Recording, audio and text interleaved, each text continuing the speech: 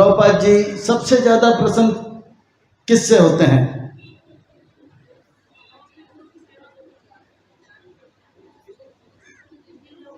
आप सब बुद्धिमान भक्त हैं।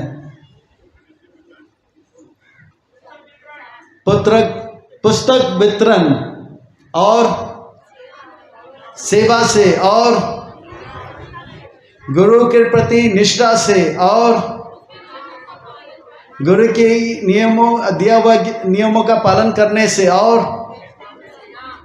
हरि नाम ध्यान पूर्वक हरि नाम का जप करने से और अच्छे आचरण करने से और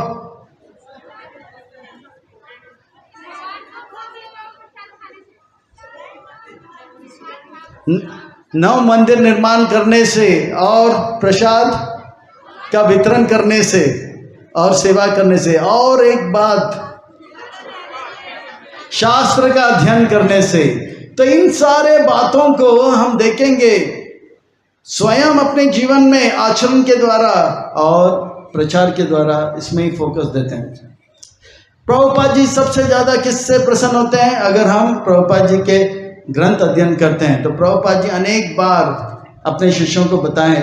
जब ये तो अलग बात है, प्रभुपाद जी स्वयं अपने ग्रंथों को पढ़ते थे और जब पढ़ते थे तो शिष्य पूछते थे प्रभुपाद जी आप ये ग्रंथ क्यों पढ़ रहे हैं? क्योंकि आज तक यहाँ पर इस पृथ्वी में ऐसा कोई लेखक नहीं आया जो अपना ग्रंथ को कभी पढ़ा हो।